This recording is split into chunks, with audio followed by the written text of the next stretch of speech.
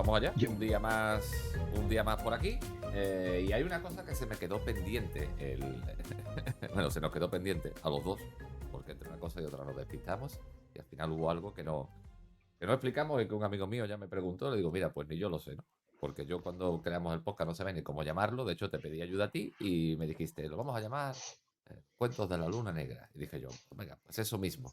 Y después digo, bueno, ¿y eso por qué? Y te pregunté y al final no respondimos, se nos fue la cabeza, empezamos a hablar de otras cosas y lo dejamos ahí en el tintero. Así que, tío, no podemos empezar la segunda parte de esto sin que me cuentes el porqué de ese nombre, ¿no? O por qué le hemos puesto ese nombre, que menos que lo sepa yo también. Sí, sería lo correcto. Pues nada, es un nombre que tiene varias partes.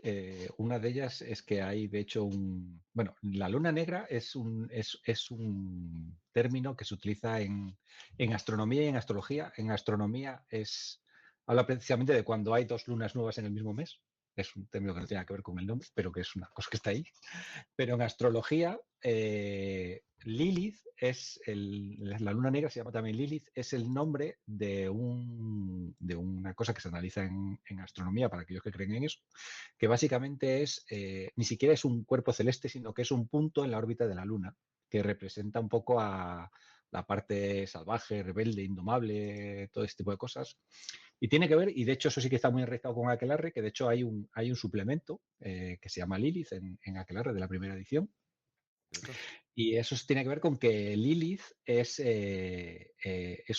una, bueno, una figura que aparece sobre todo en el Talmud, en el libro sagrado de los hebreos, y es la primera mujer de Adán.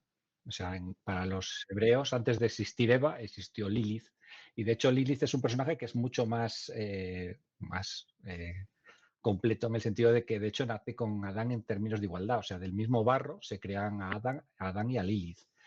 Y luego, pues, en un tema que, de hecho, en el manual se habla con una cierta connotación sexual de que Lilith era como que había encontrado muy interesante el tema de yacer con su marido y todo lo demás, pero que quería ser ella, la que estuviera encajada sobre él. Él se negó y eso hace que después de esa disputa se peleen y se separen, ¿no? Y después es cuando aparece realmente Eva.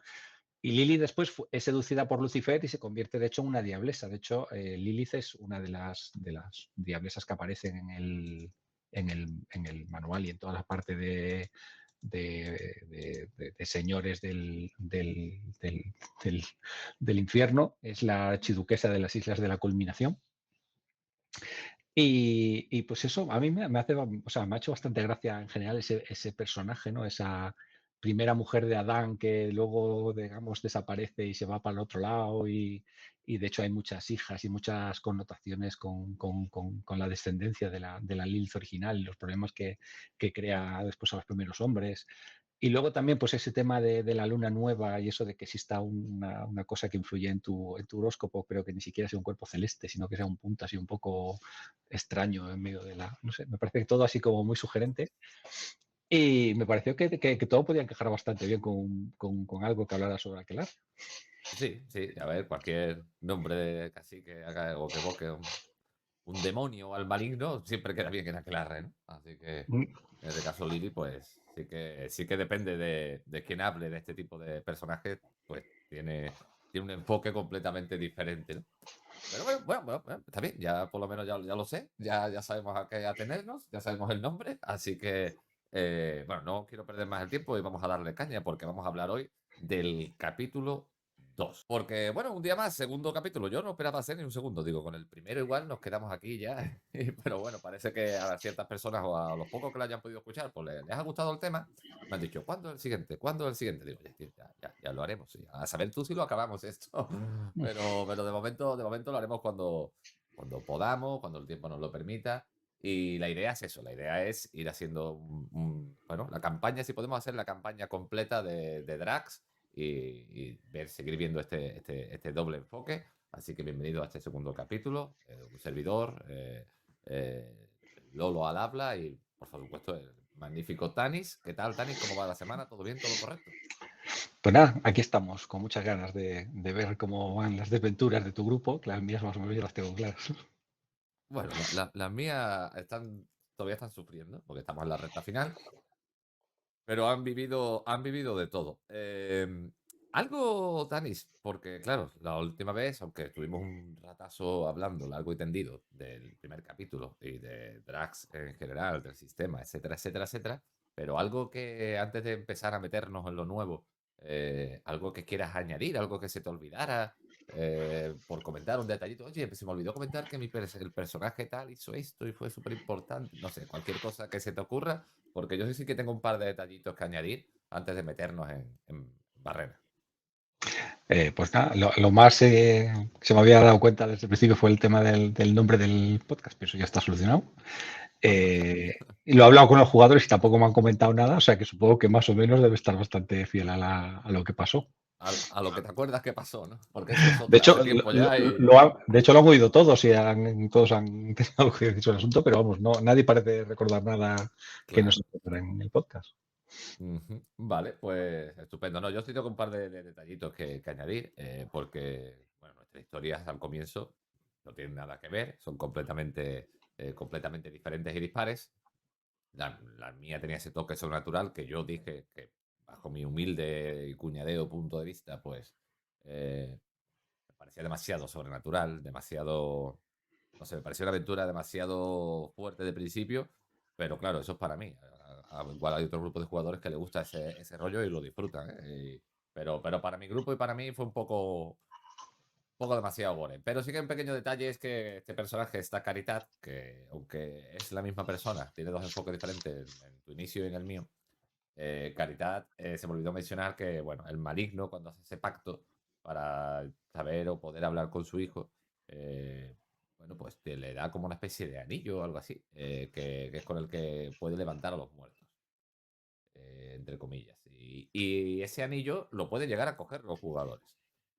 Pero mi grupo, a pesar de que, porque claro, los monjes cuando le apuñaló Pere a Caridad por la espalda y la mató, a esta bruja, los monjes decidieron pues cortar por lo sano y meterle fuego al cuerpo de Caridad. La bruja, aunque estuviese muerta, eso hay que quemarlo. Eso no vaya a ser que se vuelva a levantar por si acaso. Y es lo que decidieron. Y claro, yo les di la oportunidad de que cogieran ese anillo, porque no le iba a dar, lógicamente, al grupo esos poderes locos de poder ir levantando muertos vivientes por ahí, como medianamente te deja caer la aventura, la campaña, porque me parecía demasiado heavy ya no solo levantar muertos el primer capítulo esta bruja, sino que vayan los personajes pues levantando muertos por ahí, me parecía un poco. Pero creo que era un anillo que podía dar vidilla y con que no tenía muy claro en qué se iba a convertir o cómo lo iba a usar, quería darle la oportunidad de que lo tuviese. Pero claro, no se fijaron ninguno en el cuerpo, directamente la escena empezó a cambiar, desvarió y antes de que me tiran fuego yo le quise dar una oportunidad a todos con una tirada de descubrir y tal, para ver si alguno llegaba a ver el anillo en el cuerpo antes de que le metieran fuego con la antorcha a estos monjes. Pero recuerdo que fueron unas tiradas lamentables todas, realmente desastrosas, de estas tiradas que son de un 90 y tanto para arriba de todos. Y no hubo opción. Les di la posibilidad de que vieran como el anillo se quedaba en la mano, pero que las llamas lo consumían y que bueno, quedaba ahí. Aparte, digo, bueno, a ver si algunos quieren rebuscar entre la ceniza, las llamas y tal. No, los personajes no querían saber nada de esa bruja ni nada que tuviesen en sus manos, así que ignoraron ese anillo y pusieron rumbo a, bueno, pues siguieron rumbo a intentar dar esa estatuilla, ese anillo de hierro y esa carta a la familia de Rico Vermestre. Que al fin y al cabo es de lo que trata esto. Que por cierto, ¿no te parece que Drax, antes de que entremos en el capítulo, entremos en Beren, porque claro, Drax va de una maldición que sufren los personajes y que tienen que luchar por, digamos, bueno, por salvar su alma, ¿no? Por salvarse de sí mismos. Pero claro, eso llega mucho más adelante. ¿No te da la sensación de que todos estos capítulos que están hasta que esto empiece a desarrollarse es como una especie de prólogo enorme, grande, gigantesco? A veces es demasiado largo. Te da la sensación de que llevas, no sé, 15 sesiones y cómo le dices a los jugadores que a partir de la 15ª sesión ha empezado la campaña. Bueno, de hecho, en la campaña vieja, las dos primeras partidas no tienen nada que ver con lo que es la idea en sí de la campaña. Yo creo que el Conde Struz no aparece hasta la tercera, concretamente. Lo cual a mí Curiosamente, yo creo que es una cosa que me gusta, porque también me Sí. gusta que no todo tenga que ver con la trama central, ¿no? Quiero decir que, de hecho, creo que ya comenté en el anterior que una de las cosas que me ha gustado mucho de la campaña es que ellos ya tenían esa sensación de que estaban malditos antes de estar malditos. Lo cual fue, Vale, pero eso es un punto a favor para claro, ti. efectivamente, lo cual ya de bastante juego, porque claro, todo el tema este de, claro, de la posesión, de Caritá y todo lo que vino después, a ellos les daba un poco la sensación de que, claro, de que desde que estaban en Aragón la cosa iba de mal en peor y que incluso antes, pero claro, antes no lo tienen tan vivido porque ya era algo que formaba parte de su trasfondo no jugado, ¿no? De que era como la historia de tres personas que están como continuamente yendo de mal en peor y que todo está que ver con sus malos actos. Y de hecho, que eso es importante porque yo creo que también tuvo mucho que ver que en esta segunda parte que jugamos, como ya te contaré después, uno de ellos hizo 2 asesinatos. Y creo que esa historia de los asesinatos a ellos de alguna forma sí que les condicionó mucho más en, hasta ahora no hemos hecho nada especialmente malo, pero estos 2 asesinatos no sé si se van a ir de gratis, ¿no? Y yo creo que eso, la idea esa de que la campaña no empiece en el primer segundo de jugar, sino que llegue más adelante, a mí no es una cosa que me disguste. De hecho, ya te he dicho también que soy muy de meter cosas aleatorias por el medio, simplemente para aumentar la sensación de Claro, confusión a veces, ¿no? claro. En mi caso no es que me disguste, porque a mí no me disgusta, a mí me da igual. El problema es que, claro, los jugadores eso no lo saben. Mm. Entonces, pueden empezar a confundir cosas, pueden empezar a confundir cosas que pasan al principio y que se cree que tienen una relevancia importante Claro, en lo que es el desarrollo de la campaña. Puse el ejemplo en el anterior episodio de la estatuilla de Rigor Mestres, el anillo y la carta. Y para ello, de momento, la campaña va por ahí. Y cuando perdieron más adelante, que ya hablaremos de ello, esa estatuilla, se volvieron medio locos queriendo buscarla, claro. ¿Cómo le te niegas tú a explicarles ahora que, ¿no? que el camino no es ese, ¿no? Entonces, es lo que le veo. Sí que es verdad que te da más tiempo para desarrollar los personajes, para que tengan vivencia, para que tengan que tomar elecciones morales, algo que a mí me encanta en el rol, que los personajes tengan que tomar ese tipo de elecciones duras, o la menos mala. Sí, no sé, tú me has dicho que tus personajes ya mataron o asesinaron a 2 personas, los míos no sé ya ni por cuántos van, porque claro, al final se ven en decisiones, se meten en líos.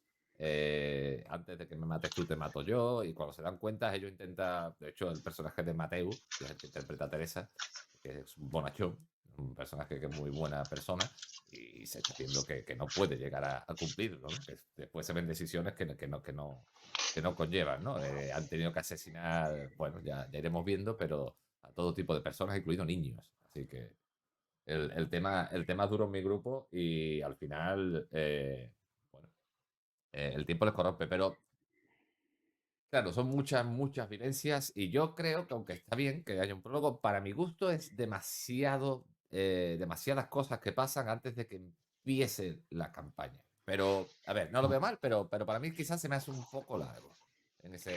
aspecto. Yo creo que es cierto que al final si la gente tiene, es un poco la famosa historia del cine, ¿no? Que al final cuando ves una escena que no tiene mucho sentido, ya sabes que va a pasar algo con esa escena, ¿no? Que si se presenta Sí. un personaje de repente y se pasa mucho tiempo en pantalla, que sea, Mm. ese tiempo en pantalla es por algo y eso es cierto que en jugando al rol también pasa, ¿no? Que al final los personajes tienen el sentido de, bueno, pues claro, este señor me ha dado lo que decías tú en el anterior podcast, ¿no? Al final si me ha dado esta piedra y esta carta, es que este tema debe ser relevante y ya, Claro. aunque no lo sea, lo convierte en algo relevante. Por eso te digo que a mí es algo que siempre me ha apasionado, es meter cosas que no tienen nada que ver con la campaña. O sea, meter incluso partidas que son, pues como te dije, yo metí en medio de esta campaña, han jugado una partida de otra campaña, que la han jugado Claro. absolutamente suelta, y era simplemente para reforzar la idea esa de que estaban malditos, ¿no? Y de que, aunque no tenía que ver con la historia, y ellos, de hecho, fue una de las partidas que yo creo que más les sorprendió y les desubicó. A mí eso precisamente es una cosa que sí me gusta, porque de hecho me gusta mucho que no haya, incluso me gusta que haya más de una trama central para que no sea tan absorbente, digamos, la atención sobre un único punto, ¿no? Que tengan un poco, sobre todo, esa sensación que yo creo que es una de las cosas que es más mágica del rol, que es la sensación de que realmente pueden hacer lo que quieran, aunque luego no lo puedan hacer. Sí. Elegir su propio camino. Pero Efectivamente. yo el consejo que doy, como siempre digo, a todo aquel que se aventure a dirigir, no solo estos, Drax o cualquier campaña, pero Drax sí que te da esa oportunidad. Como bien he dicho, como tarda mucho en lo que es la realidad de la campaña de Drax a florecer, te puede llevar muchas sesiones, porque aproveche este tiempo conocer los personajes, sus tramas, en que estos problemas que empiezan a crear, pues tienes tiempo para rubricarlos y que le cause problemas en un futuro, o que sean piedras que se van encontrando de nuevo en un futuro, porque por lo menos que sirva de algo toda esta vivencia que están teniendo para poder aprovecharla después.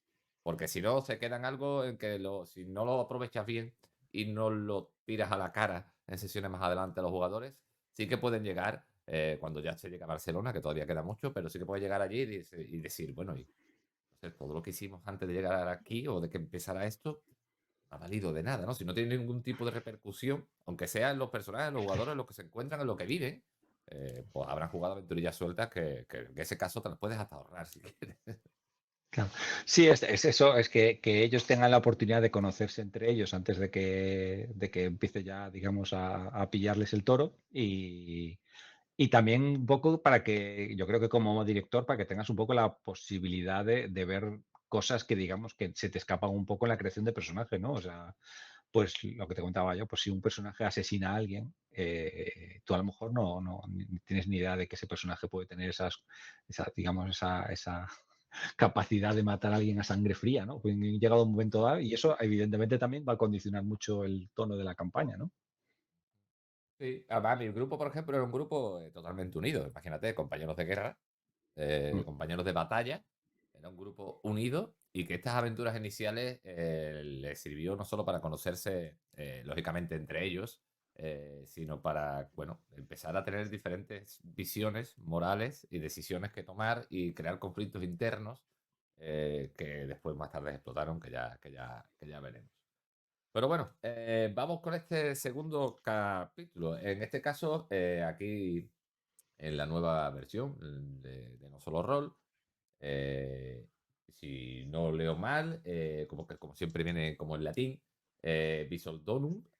Bueno, en términos normales, pues salen de Ripoll, se alejan de Ripoll y llegan a Salud, a un pueblo pues que va poco a poco yendo hacia el sur, pasando los Pirineos y bueno, buscando llegar a donde dicen que está la mujer y el hijo de Rico Bermestre para hacer la entrega de este paquete tan importante que ellos llevan y que para ellos era importantísimo. O sea, no podían perder eso ni despertarse de esa estatuilla, de esa carta y de ese anillo, que ahí cuando yo empecé a darme cuenta de a ver cómo les quito esto de la cabeza el día de mañana. Pero en esa localidad pues van a sufrir una serie de cosas, pero antes de que empiece yo, bueno, pues empieza tú a contarme, que tú creo que tiraste por la de 1994, por la original de Ricardo Ibáñez, ¿no?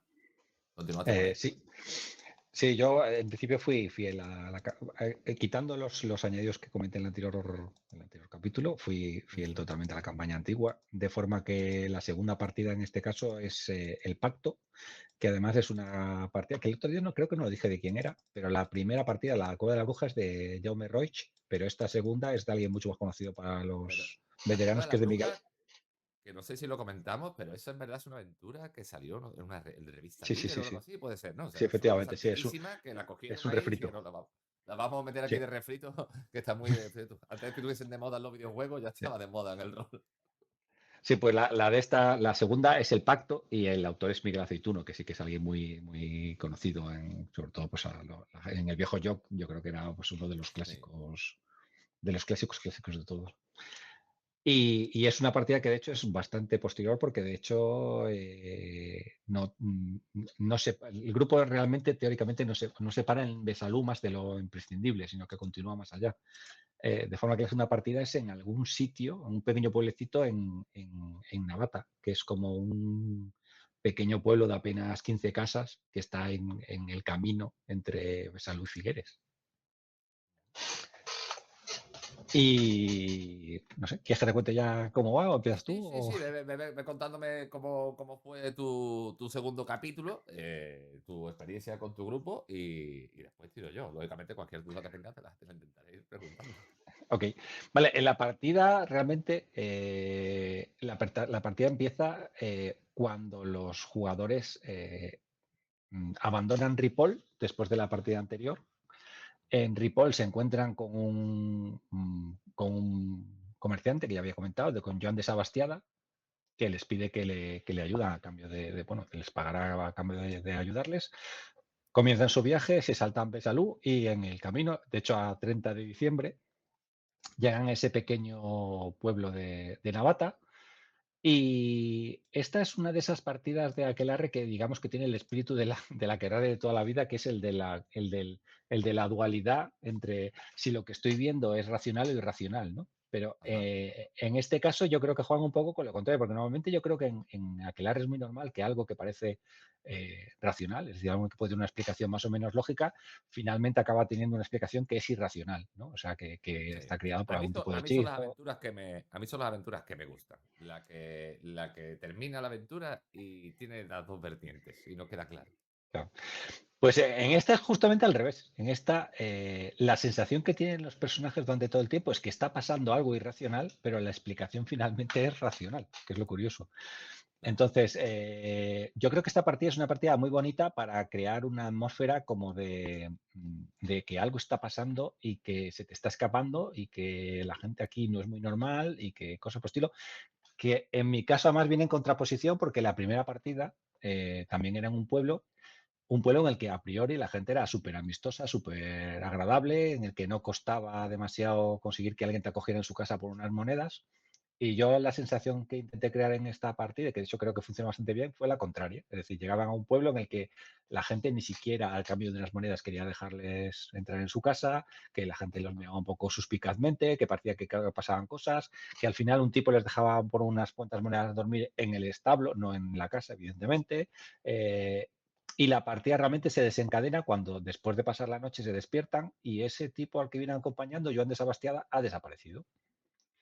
Y ha desaparecido sin dejar ningún tipo de rastro, ni sin que nadie les pueda dar ninguna noticia de él. Y de hecho, cuando empiezan a hablar con los lugareños, pues son las típicas, como se suele decir, las típicas cosas que no engañan a nadie, ¿no? Pues una de, no, pues me parece que lo he visto por la mañana escribiéndose por el camino, seguramente decidió emprender el viaje solo. eh, Ayer lo vi, estaba bien, ¿no? Sí, claro. Pues a lo mejor no estaba del todo a gusto, a lo mejor tenía prisa, ese tipo de cosas que pues, jugamos un poco con ese tema. Y claro, ellos al principio, claro, yo también tengo que aclarar aquí una cosa y es que este grupo no había jugado conmigo nunca, lo cual creo que Vale. es especialmente maravilloso cuando juegas con un primer grupo porque todavía no conocen, ¿no? Tus giros y tus formas de dirigir y las cosas en las que sueles caer, que al final yo creo que somos todos muy de costumbres, ¿no?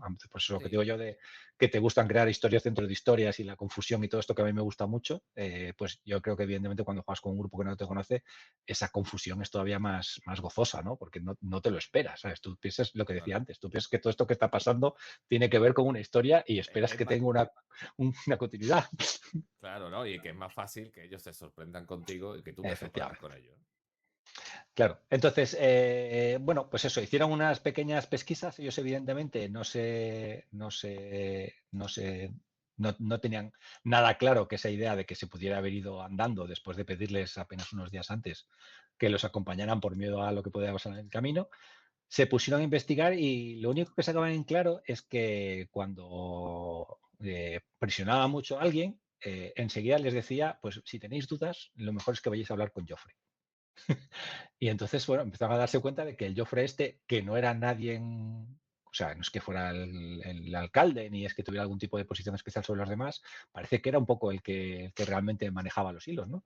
Y de hecho, no quisieron ni siquiera hablar con ellos, o sea, estuvieron bastante paranoia con el tema del Jofre, no quisieron ni hablar con él, pero sí que lo miraron así alguna vez de lejos y tal, y lo veían mirándolos desde la ventana y ese tipo de cosas. Y por pura casualidad, uno de ellos, yendo hacia el río, hizo una tirada de rastrear de estas que a veces los personajes se sacan un poco de la intuición y que no tal.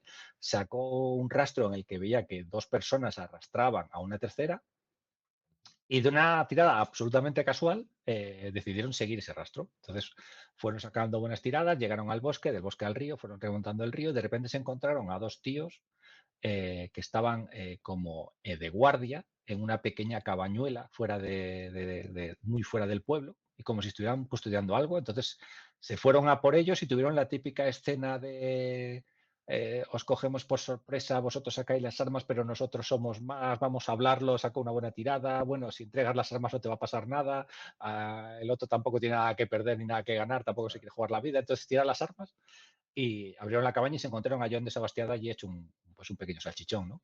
Entonces lo soltaron y entonces en este momento es cuando hubo esta escena que te digo que es bastante bestia, Pere, que es el alguacil, decidió que en este ambiente tan raro y de cosas que pasaban tan tal, no quería dejar testigos y les rebanó el pescuezo a los dos a pesar de haberles dicho que no les iban a hacer nada.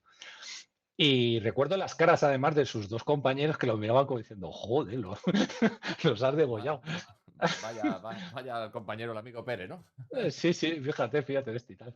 Y de hecho, como ellos dos también se quedaron así, el Joan de Sebastián se sumó y se quedó así como diciendo, joder, tampoco esperaba que los matarais y tal.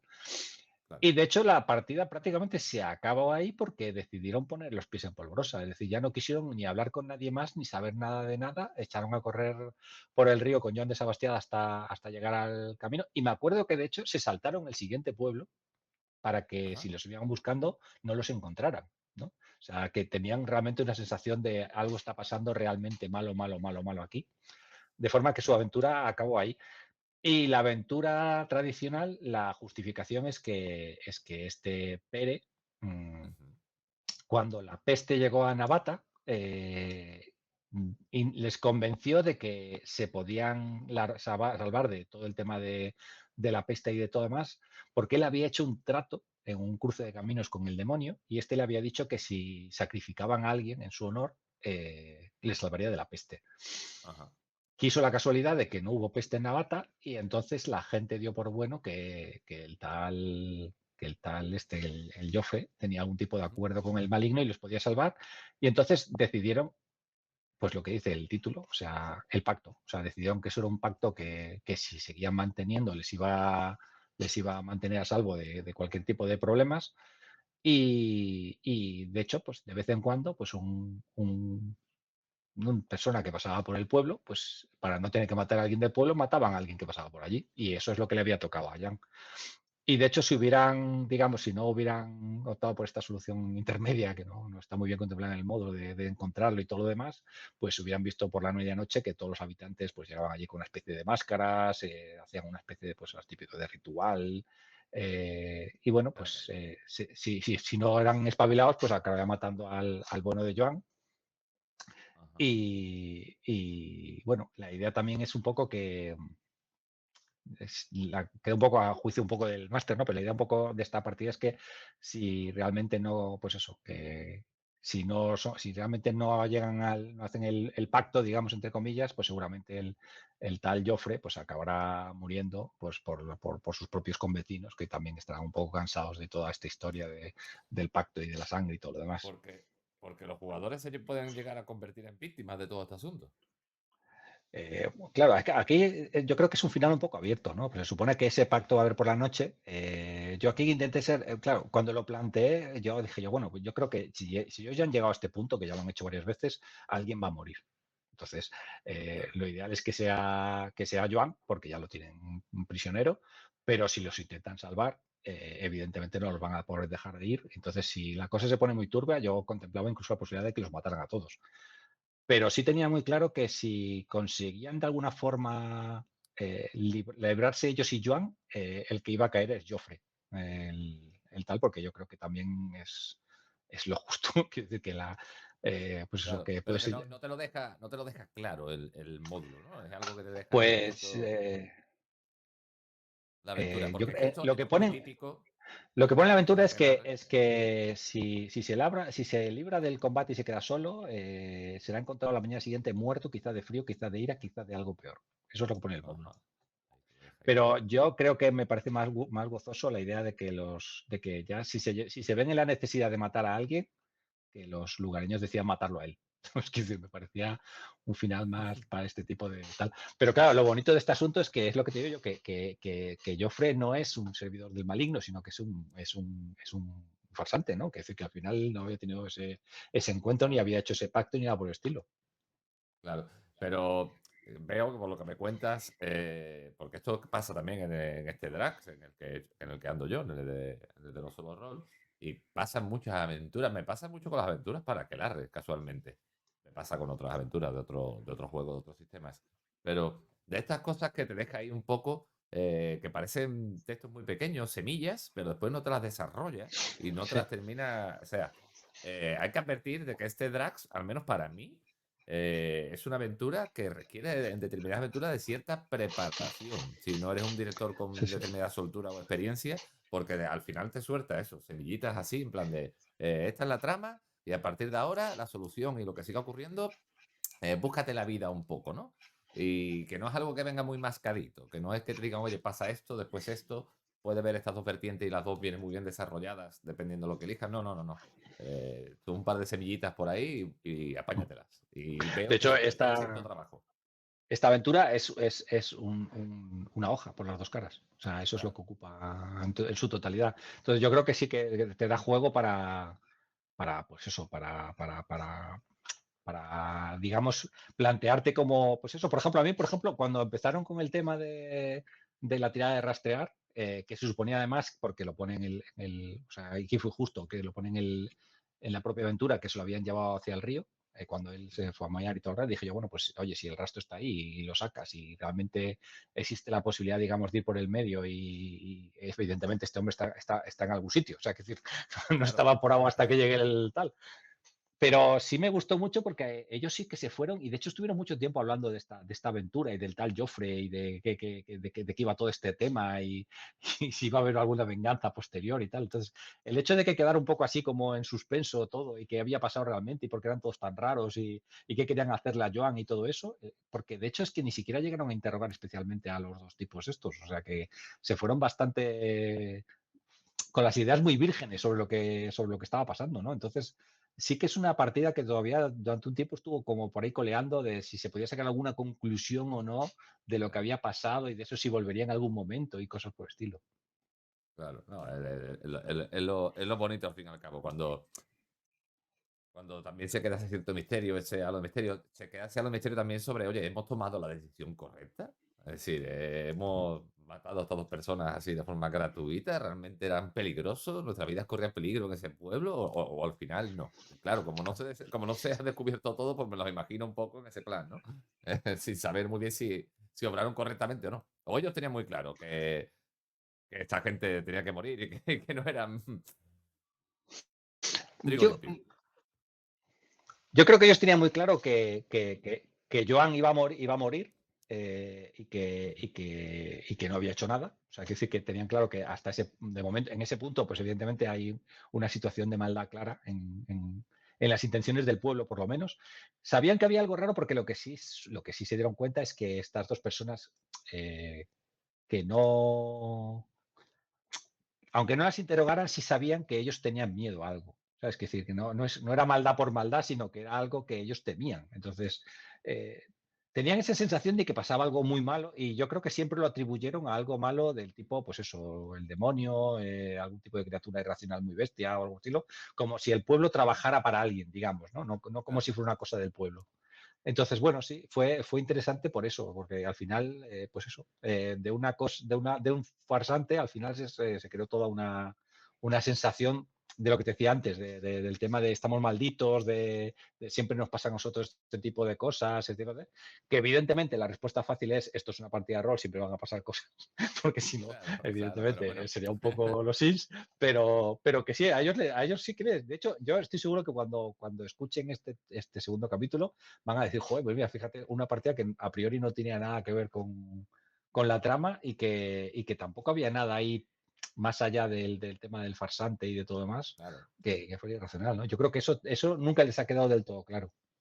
claro. Es que, a ver, a mí son las aventuras de Aquelarre que yo disfruto. Por eso la primera me costó un poco más de digerir, y a mi grupo también, porque estaba claro que todo lo que estaba ocurriendo era completamente irracional y la aventura tampoco daba pie a que ellos pudieran llegar en mente o el gancho no era lo suficientemente fuerte como para que ellos investigaran más a fondo. Entonces se vieron envueltos en una cosa irracional ahí de repente y no creo que no se disfrutó tanto como otras vivencias que vamos a vivir. Pues, tío, o sea, sigo viendo esta segunda aventura, en este caso la tuya, en este caso la de tu grupo, pues más ese toque de aclarar que me gusta a mí. Ese toque, sea lo de misterio, sea lo de, bueno, de dudas, de si lo que está pasando es irracional o no. Eso hay aventuras de aclarar que lo hacen muy bien. Recuerdo algunas de Retorno a Rincón que lo hace muy bien también, que es una campaña que en su día disfruté muchísimo cuando la dirigí porque tira mucho por ahí, tira por cosas y te da como director a jugar con ese doble rasero de que los jugadores nunca sepan si lo que estaba ocurriendo era algo irracional o no. y que incluso haya personajes que crean una cosa y otros la otra. Y creo que eso es lo divertido de Aquelarre. Cuando todo se va de madre, al fin y al cabo se convierte en un juego más fantasioso y ahí ya es donde a mí me crispa. Pues, pues si no tienes nada más que añadir, te empiezo a contar toda mi paranoia, ¿eh? Pues joder, la tuya es más larga, creo. Porque algo vi por encima. Me da que sí, porque mi grupo, bueno, pues es un grupo tranquilo. También hay que decirlo que mi grupo es un grupo de jugadores tranquilo y a mí no me disgusta. No sé si tu grupo es un grupo de estos que van más a tiro hecho, pero mi grupo, si yo no le paro y no le corto, yo creo que se pueden quedar los cuatro hablando en una taberna sentados con un vaso de vino las 2 horas de sesión que normalmente jugamos religiosamente, porque para los horarios soy muy, muy estricto. Jugamos 2 horas de 10 de la noche a 12 de la noche trabajar, etcétera, etcétera, y corto a las 12:01 estoy acostado, o sea, imagínate.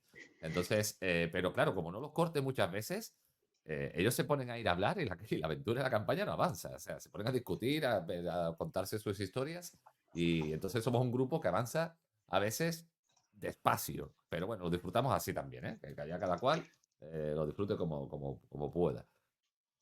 Bueno, pues ya Así te dije, que nosotros tardamos 4 meses en salir de Barcelona, con lo cual no. después, Sí, es que después Barcelona es un capítulo que cuando lleguemos hablaremos largo y tendido, porque ahí sí que tengo yo muchas quejas con Barcelona, muchísimas. O sea, hay cosas que me gustan, otras que no, pero lo de Barcelona me pareció un horror, pero ya sí, pues llegaremos. yo la verdad es que ya lo he dicho alguna vez, lo he hecho incluso por Twitter, que vamos, que ya comentaba antes que esta era la segunda partida que jugaba con esta gente, con lo cual no los conocía demasiado, pero vamos, a mí es que me enamoraron por sobre todo por eso, por la capacidad que tienen de disfrutar Claro, enormemente las conversaciones entre ellos, las descripciones que haces, o sea, cualquier cosa de ese tipo la disfrutan enormemente, son súper generosos en ese sentido. Con lo cual, claro, pues evidentemente, pues sí, todo lo que un grupo normal pueda jugar en una semana, ellos lo pueden jugar en 4 meses. Claro. claro. Pues mi grupo, bueno, pues sale de Ripoll, comienza su andadura lenta y tranquila, y bueno, pues pasan por Besalú. Este pueblecillo, llegan creo que era un 6 de noviembre de 1351. Y claro, pues con el coco todavía un poco superados por lo que acababan de vivir, ¿eh? Allí en Ripoll y en ese monasterio, con esos monjes, con esos no muertos, con Caridad, con este Pau, que en mi caso, en nuestra aventura, Pau era un sacerdote que estaba de paso y que viajaba al sur también y que estaba dispuesto a acompañarlos, pero bueno, Pau falleció en el monasterio, en ese ataque. Así que el grupo va hacia Besalú. Y antes de llegar a Besalú ya empiezan a tener entre ellos algunas discrepancias, porque claro, algunos, cuando se contaban las diferentes vivencias, pues ya algunos empezaron a echar en cara, oye, tío, nosotros nos fuimos a luchar contra los no muertos, a intentar defender a los monjes en esta iglesia, en esta cripta y tal. Otro desapareció, huyó por los pasillos y salió corriendo. eh, y el otro, pues, fue a buscar al niño y tampoco parecía terminar de gustarle a todo el grupo eso de que haya apuñalado a Caridad, que al fin y al cabo no dejaba de ser una madre desesperada por encontrar a su hijo, ¿no? Que no estaban muy de acuerdo con que se tomara la justicia con su mano. Entonces esto ya el camino fue un poco entretenido, sumada a qué hacemos con la carta sellada que hay en las pertenencias de Rigobert Mestres para entregarlas. La abrimos y la leemos, la dejamos ahí. Bueno, finalmente decidieron respetar la voluntad, porque claro, Mateo era como he dicho, era un bonachón. Gregory, que era esclavo en Mallorca, y lo mandaron ahí a la guerra, en plan de, mira, que te den, haz algo con tu vida, así me desquito de ti, que te maten, eres un mierdas. Y este Rico Bermestres, en la primera, esa sesión cero que nosotros jugamos, pues le dio mucho cariño. Y Gregory dejó de sentirse un objeto por primera vez con Rico Bermestres, así que le tenía mucho respeto y se negaba a abrir la carta también y a poder leerla siquiera. Eh, Pere, que era este que apuñaló a Caritat, bueno, también tenía ese toque sobrenatural, también tenía digamos, algún ritual, algún maleficio, algo que podía ser, pero no lo solía usar mucho y los compañeros tampoco lo sabían, lo mantenía completamente en secreto, pero Pérez, digamos que es la típica persona que era capaz de todo con tal de salvarse. O sea, él lo empezó a dejar claro desde el principio. Y aparte, él tenía un odio profundo a las mujeres que empezó a desarrollar de camino a Besalú, indicando que, bueno, que todo era por culpa de su madre. Empezó empezó a contarnos una historia bastante triste y desagradable, pues que su madre, bueno, lo trataba con la punta del pie, eh, a él, a su padre y a todos. Y, y bueno, dejó a caer incluso que él era en parte, en cierta parte, culpable de la muerte de su madre.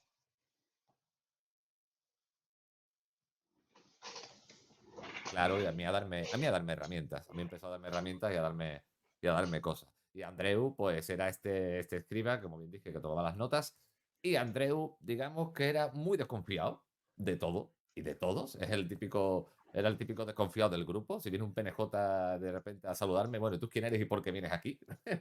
No, no, y me da igual lo que me digas, no te voy a creer.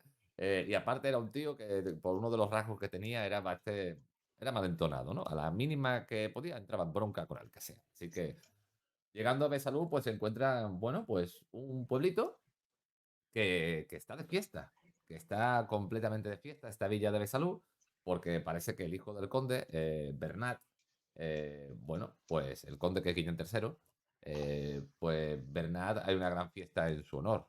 Parece que es el cumpleaños de este Bernat y bueno, pues vienen otros gente de las altas esferas, nobles, etcétera, etcétera, a hacer pues, justas, baile, torneos de caza y hay una especie de campamento improvisado, porque no todo el mundo tiene posibilidad de quedarse a descansar en el mismo Besalú.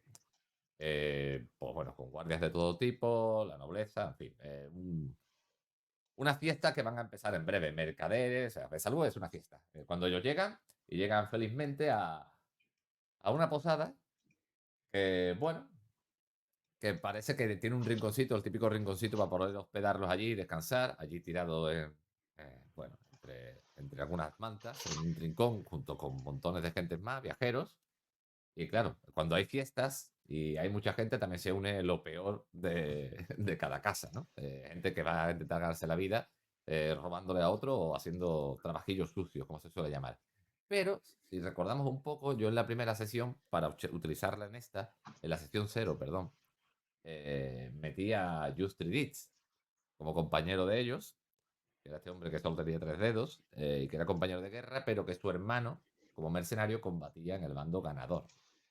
Y claro, los personajes le ayudaron a escaparse del campamento y al final fue este Justriditz el que, cuando llegó con su hermano, digamos que se chivó de dónde estaba el ejército de los personajes y fueron arrasados completamente. Así que los jugadores se sentían algo culpable, pero también algo de odio hasta este Jutridis. Coño, te hemos ayudado a salir de aquí y nos traicionas de esta manera, perdemos la guerra, tenemos que escondernos. Por tu culpa ha empezado toda nuestra desgracia.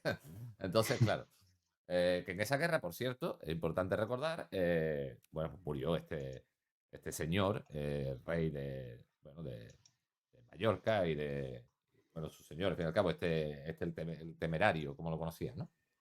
Así que cuando llegan a esa posada, allí está este Justriditz, que al fin y al cabo no deja de ser alguien ahora que se gana la vida de aquella manera, de aquí para allá. Y claro, se sienta a tomar algo con los personajes, que claro, es una conversación un poco dura, porque este Justriditz entra un poco vacileta, les vacila un poco, porque hay algo que Justriditz piensa utilizar y lanzarle a la cara a los jugadores, y es que piensa pedirles un favor por los viejos tiempos. Te lo explica como que este Jutri sea muy bonachón, ¿no? Oye, por los viejos tiempos, por las viejas guerras que hemos luchado juntos. Claro, los jugadores, imagínate, las viejas guerras, si por tu culpa, eh, si por tu culpa por poco no lo contamos, Rigobert Mestre está muerto, hemos perdido la guerra, no te des sangre aquí en medio porque estamos en medio de una taberna, es medio de noche y nos podemos meter en un lío, ¿no? Pero claro, este Jutriditz se piensa aprovechar de eso, porque al fin y al cabo Jutriditz sabe que ellos son del bando enemigo y que si la gente se entera en una fiesta como esta, donde hay grandes nobles de la zona y demás, pues puede caer mal, ¿no? Que hay aquí gente, bueno, que al fin y al cabo estuvo en guerra con ellos. Entonces el Jutriditz piensa, los amenaza, porque Jutriditz pues dice que ha perdido un dinero en unas apuestas con un tal Marcal, un mercader, que vive cerca de aquí, en unas calles más atrás, y bueno, que cree que quiere recuperar esos 200 florines de oro que ha perdido. Porque Just 3D le gustan mucho las apuestas y es más, le vende como que Marcal le ha engañado. Y es todo mentira, ¿no? Le intentan embaucar para conseguirlo. Los jugadores pues dicen, bueno, pues, ¿y a mí qué me estás contando, no? O sea, ve tú a hablar con Marcal y déjame. Claro, Just 3D los amenaza que si no le ayudan, igual alguien se entera de que ellos son del bando enemigo y aquí se lía un poco, ¿no? Claro, me dio la taberna, me da posada y además hay algunas tiradas de descubrir, etcétera, etcétera, donde se dan cuenta de que este Justridit hay algunas malas gentes más que no paran de mirarlos y que seguramente serán amigos de este Justridit. O sea, que Justridit no está solo ahí en esta taberna ni en el lugar como para poder vacilarle mucho. Claro, aquí viene el encargo. El encargo y donde digo que también utiliza esta especie de semilla que te deja ahí y ahora tú apáñate como director como puedas, ¿vale? Porque el encargo está claro. Just le hace las ofertas y le dice que tiene que ser ahora, que no pueden perder el tiempo. Que él quiere recuperar su dinero y que quiere recuperar esos dinero que ha perdido jugando los dados contra este Marcal. Además que está seguro que le hizo trampas, él intenta darle coba, engañarlo y que no parezca que él es el malo de todo esto, ¿no? Y que claro, si no lo hacen, pues se van a enterar los Jurats, que son los guardias, y se va a enterar todo Cristo y que van a salir de aquí con los pies por delante. Claro, aquí la aventura, el módulo, aquí acaba, esta primera parte de la aventura, te dice, bueno, los jugadores pueden tomar las siguientes decisiones, ¿no? Dice, muerto el perro, se acabó la rabia, ¿no? O sea, le pegamos de hostia a ese Yux, lo matamos y a tomar por culo, que me deje en paz vivir, nadie se entera de nada. Si conseguimos hacerlo de una manera que ahora está complicado porque estamos en la taberna, claro, esta opción es muy complicada. Y lo mismo, te dice que, oye, que Yuga está rodeado de gente, que esto puede provocarle problemas, que están los Yurak, que los jugadores pueden acabar presos, en fin, que, bueno, presos o algo peor. Te da la siguiente opción, que, oye, los jugadores digan, mira, Yu, no nos vamos a ir a buscar a marcar ni a meternos en problemas, venimos de paso, mira, los 200 florines estos, no te preocupes, te los damos nosotros, así recuperas tu dinero por los viejos tiempos y déjanos en paz. Te da esa opción de que los jugadores aflojen la quita. Ya te digo que Andreu, el escriba, que era este hombre malhumorado, eso no lo contemplaba ni loco. O sea, ni de coña iba a él a poner dinero, aparte que los jugadores estaban bastante sequerones, boquerones, con el tema económico, porque eso es otra cosa. ¿Cómo has llevado tú, antes de que yo siga, el tema económico? Explícamelo un poco brevemente. ¿Lo estáis siguiendo a rajatabla o un poco abstracto? En plan de, bueno, Bueno, en mi campaña solo un personaje tiene pasta, que es Pere, que era alguacil. Su padre era ya habíamos dicho, un pirata de la burguesía catalana. Y entonces, bueno, sí tenía una cierta cantidad que por lo menos para el nivel en que se están moviendo ellos, evidentemente les daba para vivir mucho tiempo. ¿verdad? Pues ya, creo que empezó con 500, una cosa así. O sea, tenía mucha Ajá. pasta. Vale, vale. Es cierto que los otros dos en general han vivido de él. Cuando, de hecho, pues eso, siempre que, de hecho, Pérez tiene una buena costumbre que es que no quiere tirar por elocuencia, él tira por monedas encima de la mesa, ¿no? Al final dice, bueno, Ah, pues, todo el mundo tira un precio, pues yo te voy dando monedas y tú dime cuándo llego al precio. vale. Pero lo que no he aplicado estrictamente es el tema de los gastos mensuales Ah, porque como hemos vivido un poco al día a día, me pareció un poco absurdo porque tampoco han tenido posibilidad de ejercer su profesión. Entonces, claro. bueno, como al final yo creo que han gastado en general mucho más de lo que les correspondería, sobre todo a los campesinos.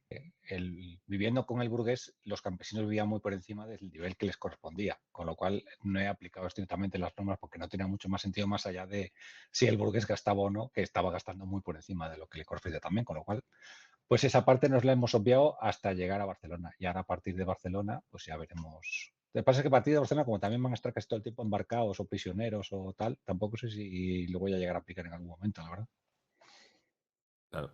Bueno, pues yo no, yo con el tema económico, eh, un poco, a ver, porque yo sí quería que tuviesen esa necesidad económica. Al fin y al cabo vienen de la guerra, están un poco necesitados, tienen que hacer un largo viaje y bueno, tampoco quería obviarlo al 100%. Tampoco me iba a poner en plan de, oye, has comido aquí hoy, esta comida cuesta tanto, has hecho... Creo que es innecesario. Las 2 horas de sesión que tenemos no me gusta perder el tiempo con ese tipo de microjuegos. Así que lo que hacía de vez en cuando es, oye, tío, han pasado una semana, han pasado 5 días, pues descontaros tanto. Y bueno, se descontaban tanto y listo. Y ahí en ese tanto iba pues la comida, el alojamiento, etcétera, etcétera. Pero también les iba bajando un poco el tema económico y cuando llegaba un tipo de oferta como esta decían, pues igual tenemos que aceptarla o igual tenemos que quedarnos con el dinero. Quería crearle que tuviesen esa necesidad para que influyera a la hora de tomar las decisiones, ¿no? Que no todo fuera... porque claro, si viene alguien a ofrecerles dinero y ese dinero no lo ven necesario, pues igual no le dan tanta importancia. Así que otra ocasión era eso, era darle estos 200 florines a este Jutredit para que, bueno, cubrir la deuda o que recuperase ese dinero que tenía con Marcal, con ese mercader. Pero claro, ya te digo, Andreu decía que ni de coña, que ni mi hijita, el resto tampoco estaba muy de acuerdo, y menos después de esa traición, de que no les caía nada bien este Jutredit, si pudieran, les metían una puñalada allí mismo. Así que nada, nada. Otra opción que te da la aventura, en este caso, es, oye, pues alguien tiene que hacer el trabajo. Así que cumplir el cargo. O sea, salir, ir a buscar a este Marcal y hablar con él. Y aquí, pues lo mismo, te suelta la semilla de, oye, Marcal es un comerciante que vive por aquí, eh, que bueno, que vive en su casa, que puede ver a su persona, puede intentar negociar con él, puede incluso matarlo, robarle el dinero sin que se entere. Pueden incluso decirle, oye, lo que está ocurriendo, la verdad, me han mandado Just 3Ds, venimos a recuperar la pasta, etcétera, etcétera, etcétera. Sí que es verdad que bueno, te deja un detalle importante y creo que está muy bien añadido ese detalle en esta semilla, porque, claro, los personajes, mi grupo decidió esto. Decidió, oye, tío, vamos a hacerle caso. No vaya a ser que este tío se chiva a los jurats, nos líen de hostias, nos meten en chilena, nos apaleen, a saber qué puede pasar aquí. Ya veremos qué hacemos con este Jut. Si lo pillamos fuera de la taberna, le damos de hostias, pero de momento estamos cogidos por los huevos, ¿no? No queremos que este tío se chive. Así que esto fue lo que eligieron. Pero sí que la aventura esta semillita que te da, si los personajes deciden este camino, es que Marcal está en casa con sus hijas pequeñas. Y creo que eso es muy importante y yo lo utilicé, ahora explicaré cómo. Por si los personajes van muy mal entonados a matar a Marcal y a tomarse la justicia por su mano, pues meterle ahí a su hija puede ser un golpe moral a alguien como para que se lo piense en matar a su padre delante de su hija. Así que era algo que a mí me gusta y que creo que había que utilizar. Así que es la opción que ellos eligieron, pero también te da más, ¿eh? Otra opción que te da es, como se llama aquí, ni harto de vino. El grupo dice, yo me quedo aquí, no me muevo, no me vas a echar, eh, lo que quieras, tío. Claro, en este caso lo que te dice es que este Youth pues empieza a alborotar el tema para, bueno, crear una especie de pelea en la taberna donde se ven involucrados los personajes y este Youth se pira por patas. O sea, lo único que ocurriría sería eso, ¿no? Se liaría una pequeña bronca, quizás se chivaría un poco de quiénes son, y los personajes se verían envueltos en una pelea en la taberna que quizás es menos peligroso que lo que decidieron hacer. Pero que este Yu se va. Al fin y al cabo es un cobarde, como siempre ha demostrado, alguien que va al lugar que más le calienta y saldría de allí por patas. Otra opción es que los jugadores vayan por la pasta y después se le intenten quedar y que le den morcilla a Jude. O sea, esta decisión, ya veremos ahora cuando te cuente qué hicieron, estaba ahí.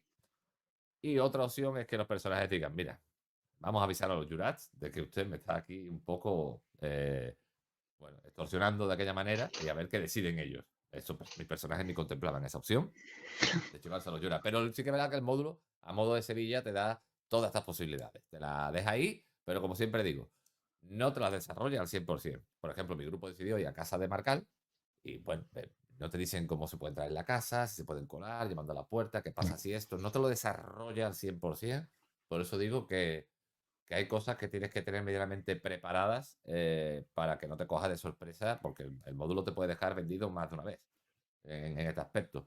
Yo lo entiendo en cierta parte porque el libro de Drax tiene muchísimas páginas, muchísima ambientación, lore, leyendas, bestiario. Y claro, si se pone a desarrollar todo esto, el libro se nos va a 500 páginas fácil. Entonces, a veces, para darte una cosa, tiene que sacrificar otras. Así que no queda otra, ¿no? Pero por lo que veo, la versión antigua también era un poco así. Sí, bueno, en la versión antigua también te das cuenta que hay una limitación de páginas bastante grande. O sea, que, Claro. dice que estamos hablando de un libro muchísimo más fino que el vuestro, pero. Y sigue teniendo más o menos las mismas secciones, con lo cual, evidentemente, está todo mucho más.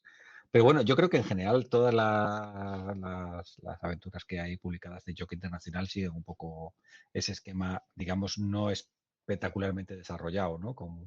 Al final es eso, es un doble columnas a blanco y negro con poco mapa. Entonces, bueno, al final la mayor parte de las cosas las tienes que ir desarrollando tú un poco. Claro.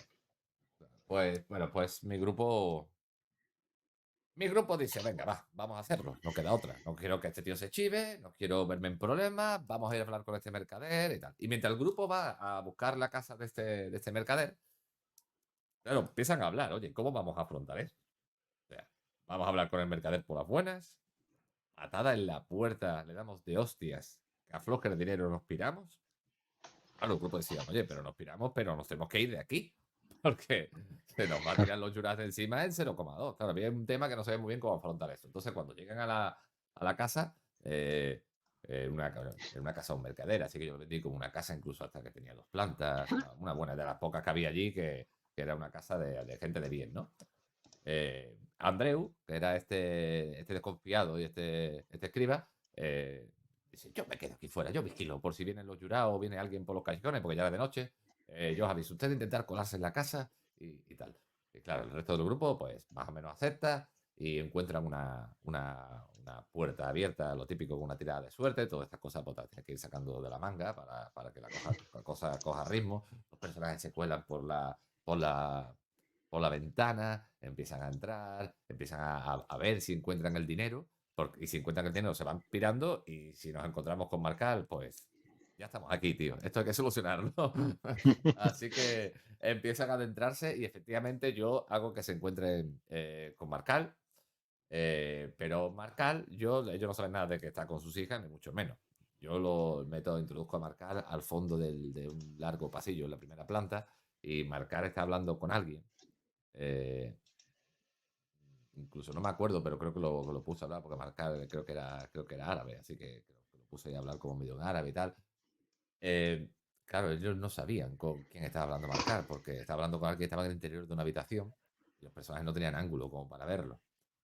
Claro, ahí empezaron a pensar qué hacemos, a hablar entre ellos, a susurrar. Eh, claro, decidieron intentar poner sigilo, agarrar a Marcar por detrás y ya amenazarlo con un cuchillo para que suelte la pasta. No tenían intención de matarlo, salvo que la cosa se pusiera muy fea. Claro, el sistema de aquelarre es el que es. Y aquí es muy fácil decir, voy a ir como si fuera un asesino en serie por detrás, pero después los dados dicen lo contrario. Hay unas tiradas malísimas. Aparte, Mateu siempre iba equipado era el único que llevaba una medio armadurilla en medio en condiciones, así que era un chatarrero andando, hacía ruido por todas partes, eso era inviable. Y los otros, pues, fallaron la tirada. Fallaron la tirada y este Marcal lo detectó. Entonces, claro, ahí cuando Marcal lo detecta, está más o menos a medio del pasillo, el escriba está afuera, ese no se iba a meter en lío y evitaba cualquier tipo de conflicto. Y claro, empieza una discusión con Marcal. Empiezan a pedirle la pasta, Marcal empieza a intentar agarrar algo con lo que defenderse, porque para él le están asaltando, lógicamente. Los jugadores empiezan a pedirle el dinero. Claro, cuando le pide el dinero, aunque no dejan caer que vienen de parte de Just 3 Bits, pero por la cantidad, una cosa a la otra, pues Marcal tampoco es tonto, y sabiendo quién era el otro, pues se empieza un poco a darse cuenta de que quizás son enviados de este Just 3 Bits.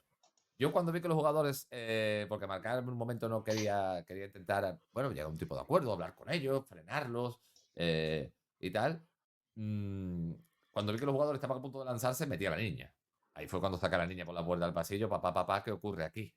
Claro, digo, a ver qué pasa aquí, a ver si tienes cojones ahora de apuñalar a Marcal delante de la niña. Yo también quería ponerlo un poco a prueba para saber hasta dónde podían llegar. Después me demostraron que estaban dispuestos a llegar a todo mucho más adelante, pero ahí en este momento por lo menos se, se quedaron, se quedaron un poco ahí y, y claro, consiguieron intimidar, porque claro, la aventura te dice que cualquier tirada de tormento le puede sumar un 50% a los jugadores porque Marcal no quiere que ocurra nada delante de su hija. Así que Claro. es muy fácil intimidarlo, lógicamente, te da ese bonus. Así que ellos lo llegaron a intimidar, Marcal aflojó la quita, aflojó el dinero, le dio los florines y los jugadores salieron pirando. Salieron pirando de allí, pero claro, Marcal no se va a quedar de brazos cruzados. Tal como los jugadores salen de vuelta a esa taberna a buscar a Justridit, Marcal da el aviso. Marcal va a buscar unos jurats y dice, oye, aquí han venido 3 bandidos a mi casa, me han amenazado delante de mi hija y creo encima que sé quién está detrás de todo esto. Y Just 3D no deja de ser Aquí te pone que trabaja en el módulo, que trabaja para el conde y tal. Yo no quise meterme ahí porque ya suele meterme en demasiado berenjenal. Para mí Jutri era un mierdas que se ganaba la vida como podía por ahí y poco más. Pero que sí que era algo conocido en Besalú y que todo el mundo sabía dónde estaba, incluso este Marcal, lógicamente. Así que cuando los personajes llegaron ahí, era cuestión de tiempo de que los jurados atravesaran la puerta. De hecho, cuando llegan con Justridis, Justridis se lo deja caer. ¿Habéis matado a Marcal? ¿Habéis hecho algo con él? No. Él tiene claro que va a empezar a sumar 1 más 1, que es 2, y que van a aparecer por ahí. ¿Cuál es el problema que ocurre ahora cuando llegan con Justridis y el tiempo comienza a contar en plan de que... Y Justridis le dice, oye, pues si no lo habéis matado, esto hay que salir de aquí. Hay que salir de aquí porque tenemos un problemón. El problema es que Andreu ahí toma la palabra. Este escriba, que encima no había subido a solucionar el problema, pero aquí dice, bueno, ahora mando yo. Se había quedado en la calle y ahora dice, y ahora vamos a negociar. Y Yusitri dice, ¿cómo que vamos a negociar? Claro, Andreu dice, aquí se va a liar, vale, pero si va a liar tú también vas a perder. Entonces vamos a repartirnos el dinero. Él quería negociar y quedarse con la mitad. Yutri dice, no, ¿cómo te va? Yutri necesitaba el dinero para empezar a salir de Besalú, para formar una nueva vida, y no estaba dispuesto tampoco a ceder mucho. Y ahí en un tira y afloja, la puerta de la taberna se abre. Esta taberna que estaba petada de gente. Recordemos que tiene una feria, una fiesta, estaba a abarrotar. Y claro, aunque los Yura entran, tienen que levantar la cabeza entre tanta gente y empezar a mirar todo esto con Marcal de fondo para ver si los reconocía. Uno de los jugadores dice, bueno, antes de que Jutri agarre la bolsa y la líe, lo que vamos a hacer es lo siguiente. Le pega un golpe a la bolsa para que la bolsa vuele por los aires, todas esas monedas salgan revoloteando y se forme el caos absoluto. Claro, cuando se forma el caos absoluto, después de unas tiradas y tal, estos Jurar reconocen a Justridis. Claro, los Jurar, cuando Marcar reconoce a Justridis, van a por él. No, como que no se perciben, no se percatan de los demás. Entonces, Justridis, cuando se forma el caos, ve a los Jurar entrar por la puerta y percibe que van a por él, intenta huir por la ventana prácticamente. Uno de los jugadores ya ahí dice, tú vas a huir por mis cojones, te tengo unas ganas que flipas. Y se va detrás de él, con unas tiradas, caen al suelo, le mete una puñalada en la pierna. Ahí se empieza a liar un caos absoluto de loco. Este Andreu, que había hecho la negociación y que no había subido a su casa, ni se había metido en lío, pero había montado todo este lío, porque si no es por él, le dan la bolsa a Justridit, se va y medio que no pasa nada. No. Este encima de todo forma el jaleo y dice, y ahora me voy yo. Y empieza a escaparse y deja a los compañeros ahí en ese entuerto. Los compañeros empiezan a agarrar a Justridit, le pegan alguna puñalada.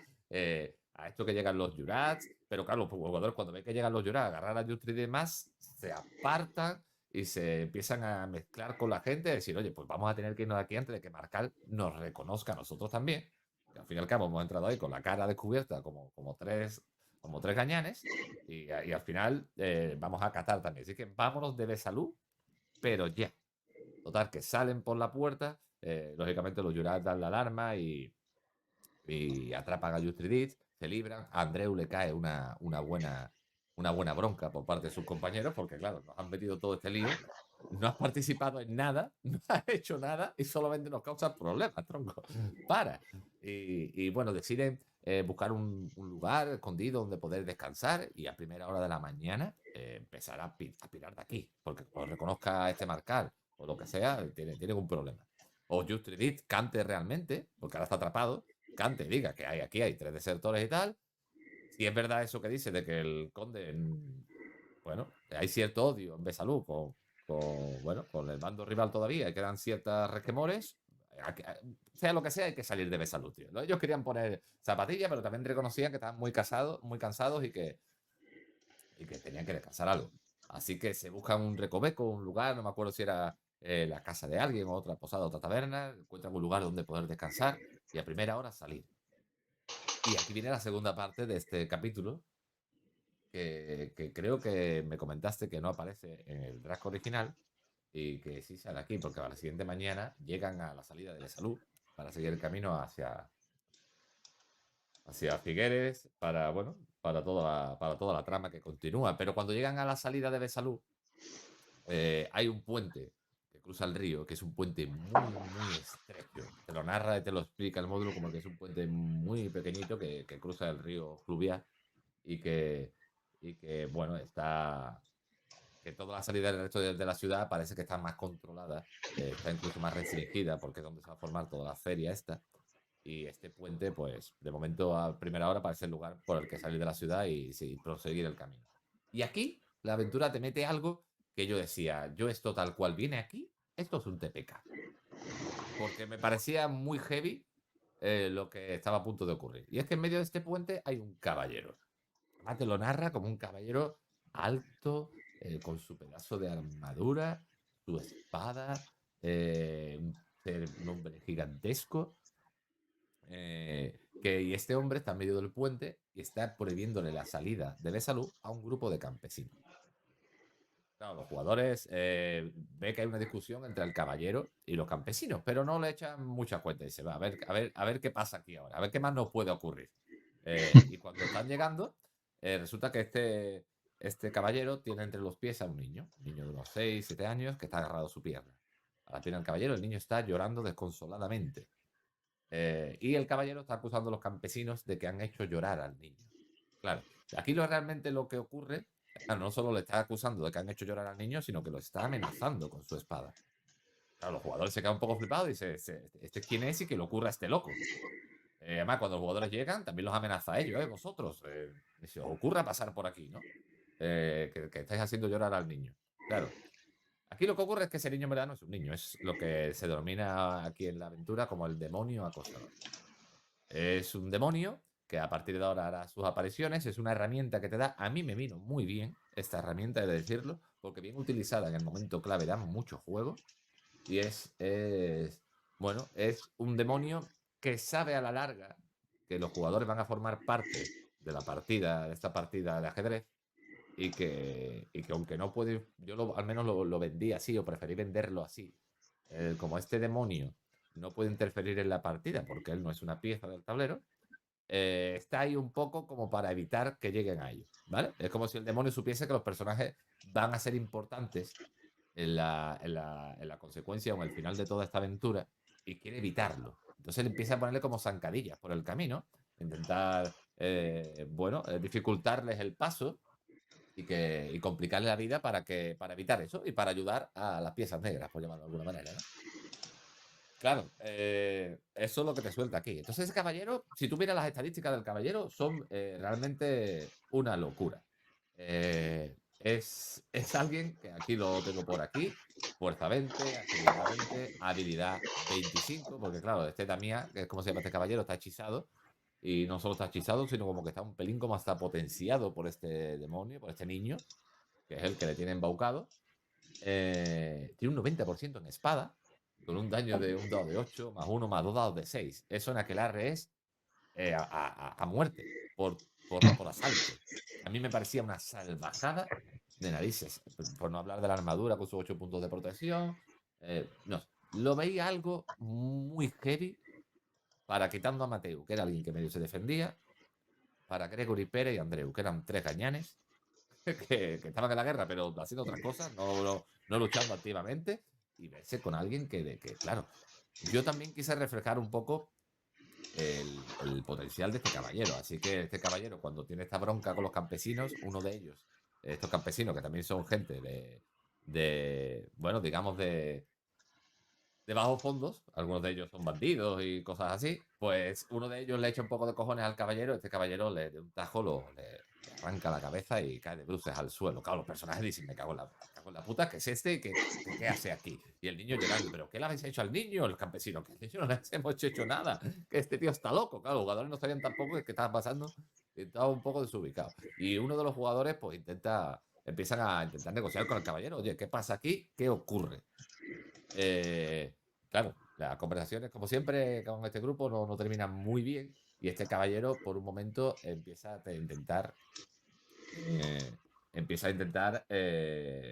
pues, con las malas, ya con este caballero, sabiendo que estaban jodidos, pero que tenían que pasar porque o me matabas tú o me mataban atrás. O sea, no tengo otra.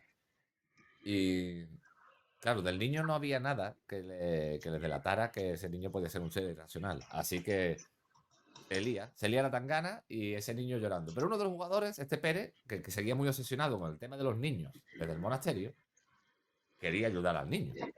Así que cuando se forma todo este revuelo con el caballero y de medio milagro los jugadores están de momento vivos, el resto de compañeros, este, este Pérez, a través de unas tiradas bastante heavy, consigue esquivar al caballero, intentar agarrar al niño, porque su cosa era agarrar al niño y salir pitando. Él quería ayudar a ese niño de ese maníaco que estaba ahí con la espada y que creía que estaba loco. Claro, el niño cuando lo ve acercarse, el niño se pone en el borde del puente y antes de que Pérez consiga agarrarlo, el niño, ese demonio, que al fin y al cabo es un demonio, salta y se tira de cabeza al río. Claro, ahí después de unas tiradas, ve incluso Pérez que el niño le sonríe un poco antes de saltar. A darle ese toque un poco de misterio y de racionalidad, ¿no? De notarle ahí que algo se escondía tras el niño. Cuando el niño salta, este caballero se recupera de ese hechizo y vuelve a ser normal, pero claro, no recuerda nada, ni lo que hizo, ni lo que ha hecho. Simplemente está ahí rodeado de cadáveres, porque a estos campesinos, a muchos de ellos los mató. Eh, y no se acuerda absolutamente de nada. Los jugadores aprovechan esa confusión pues para escabullirse y dejarlo ahí antes de que lleguen los Jurats, que están viendo todo desde lejos y vienen de camino, y no solo van a creer que han matado a gente en el puente, sino que seguramente al final lo relacionen con lo de Marcal. O sea, que vámonos de Besalú, pero ya. O sea, quiero salir de Besalú cuanto antes, pero claro, se quedaron un poco paranoiados con esto del caballero. Y ese es el camino que tornan y que salen. Y aquí es donde termina esta aventura del módulo. Que a ver, a mí como aventura no me parece mal del todo, siempre y cuando yo siempre aconsejo meter a este Just Credits un poco antes para que tenga algo de relación con ellos o puedan llegar a reconocerlo, porque si los jugadores llegan y tú le dices, no, y te encuentras aquí con este que resulta que era amigo vuestro de no sé qué. Igual ahí flaquea un poco la cosa, pero como lo metí en la sesión cero, pues yo te hice convertir en un personaje donde ya los jugadores tenían cierto odio con él, ciertas asperezas y bueno, quedó un poco mejor, creo. Y lo de Marcal no viene muy desarrollado y tienes que tirar de improvisación prácticamente, pero bueno, con lo de los niños y demás, pues también puedes crear una situación dramática y tal. Lo del puente, bueno, yo, el caballero, recomiendo a cualquier grupo que llegue al puente, si el director le queda algo de corazón y quiere que su grupo continúe la aventura, que por Dios no utilice las estadísticas que vienen ahí. Porque John bajándole un poco, nada más que el porcentaje, eh, por poco se lía. O sea, eso es una máquina de trinchar carne. Entonces, ya aquí cada cual. Este es uno de los momentos en el que cuando yo leí la aventura y leía todo lo que se iba a liar, leía lo del caballero, leía lo de los no muertos, yo decía, yo esto no puedo jugar con Aquelarre. Tengo que jugarlo con Savage World, tengo que jugarlo con otro sistema que me permita que los jugadores puedan hacer cosas y puedan sobrevivir. Porque yo decía, esto con Aquelarre y el de 100 se me muere. A ti, hasta el momento, claro, no se te ha dado ninguna situación de estas.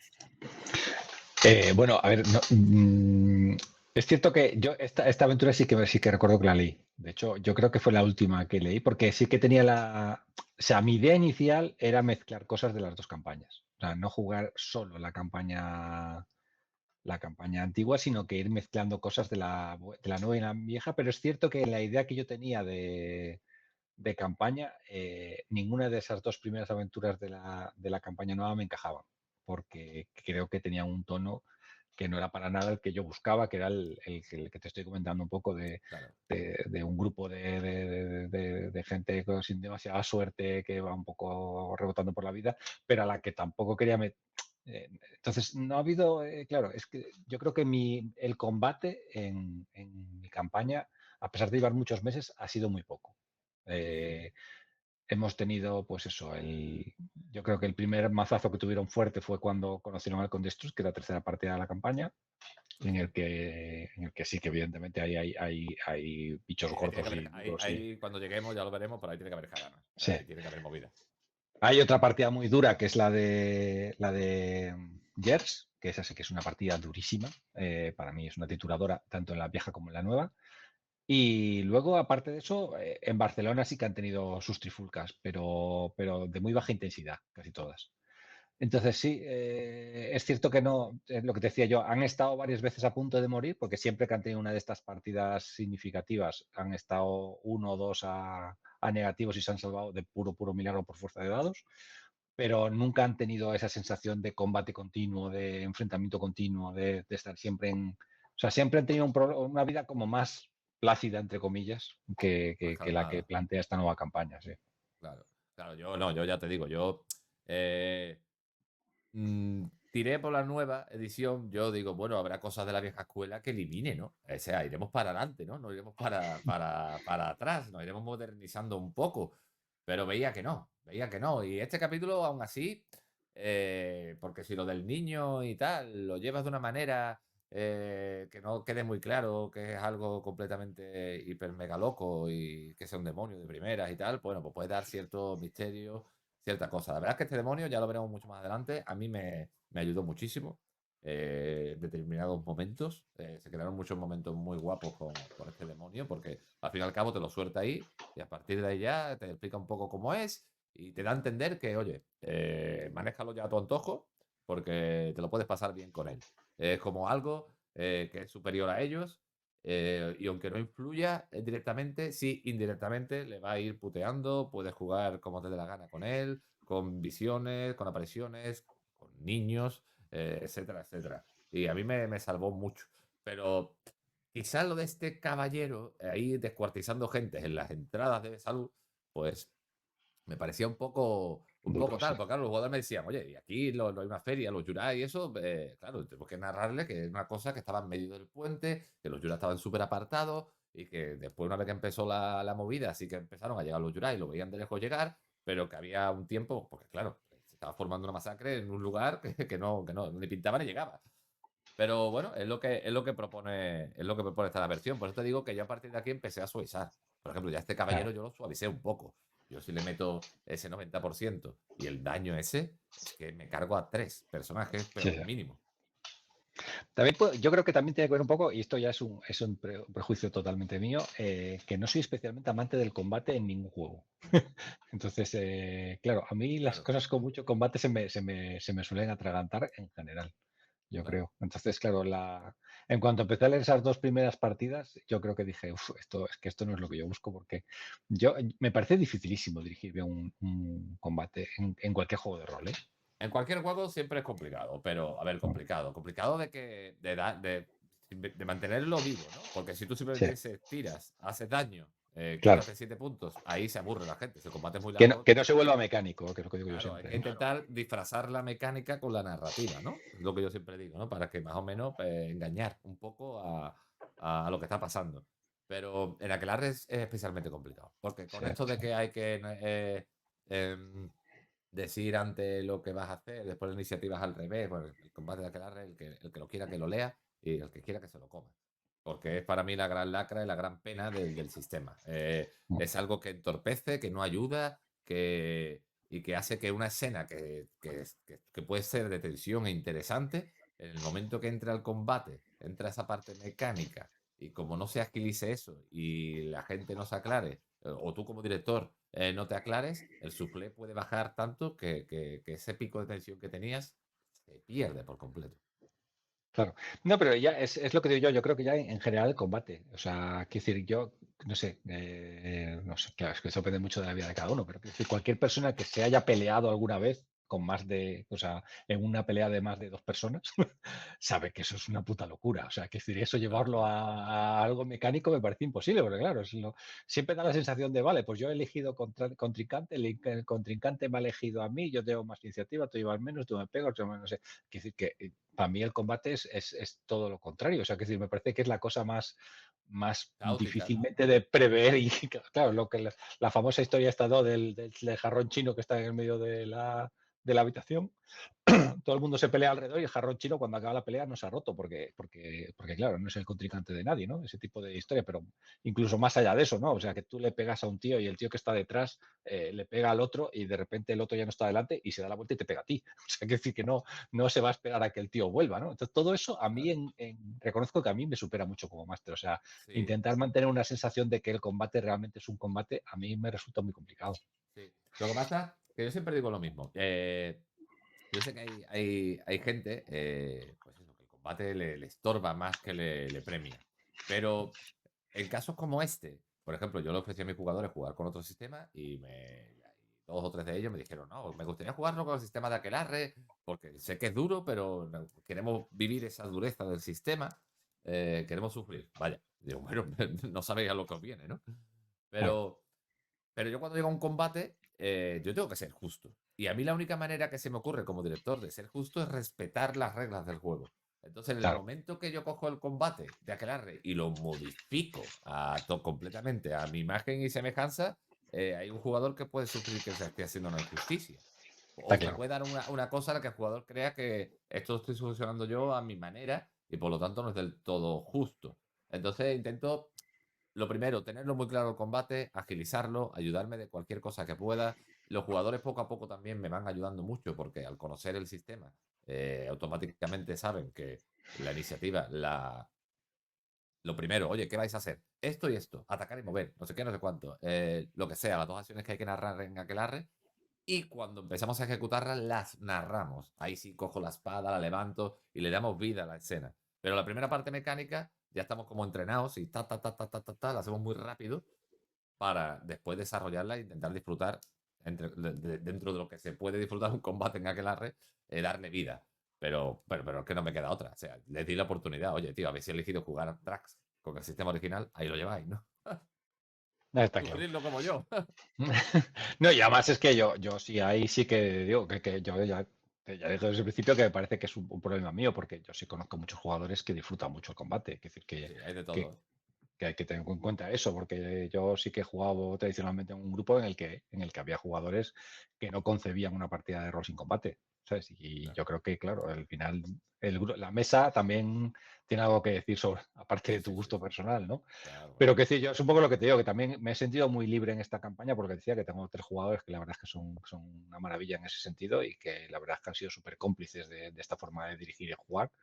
Y yo sí que me he sentido muy libre también de pues, lo que te acabo de comentar antes, que había un enfrentamiento cuando se salvaron a John de Sabastiada, que eran 2 contra 3, que era totalmente planteable para levantar la espada y decir, pues no me rindo ni de coña.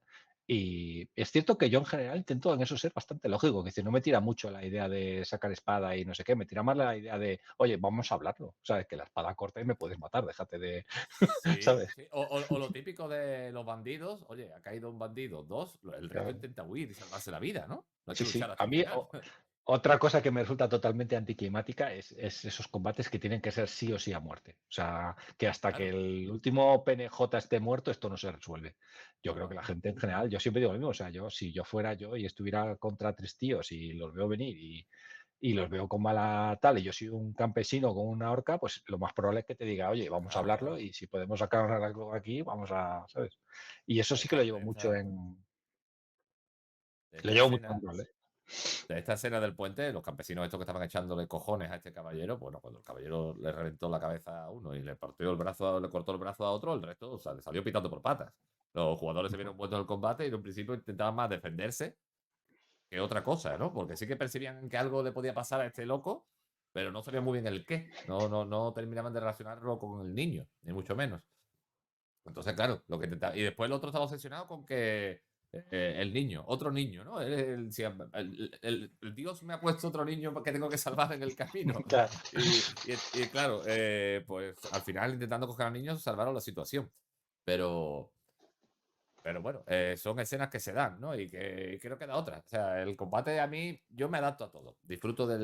Puedo disfrutar del combate y puedo disfrutar de partidas donde el combate pasa en segundo plano o no hay combate. ¿Sabes? Soy una persona que no me. ¿Sabes? Roleramente me adapto. Cuando juego a una cosa, digo, oye, sea lo que vengo a jugar. O sea, no pretendo. O sea, si voy a jugar a Drax, yo avisé, ¿no? Digo, oye, Drax tiene escenas de. Tiene Sí, escenas sí. de acción. Yo ya dije, oye, que esto no es la típica aventura de tal. Por eso os ofrezco jugarlo con otro sistema que nos agilice esas movidas. Si no es.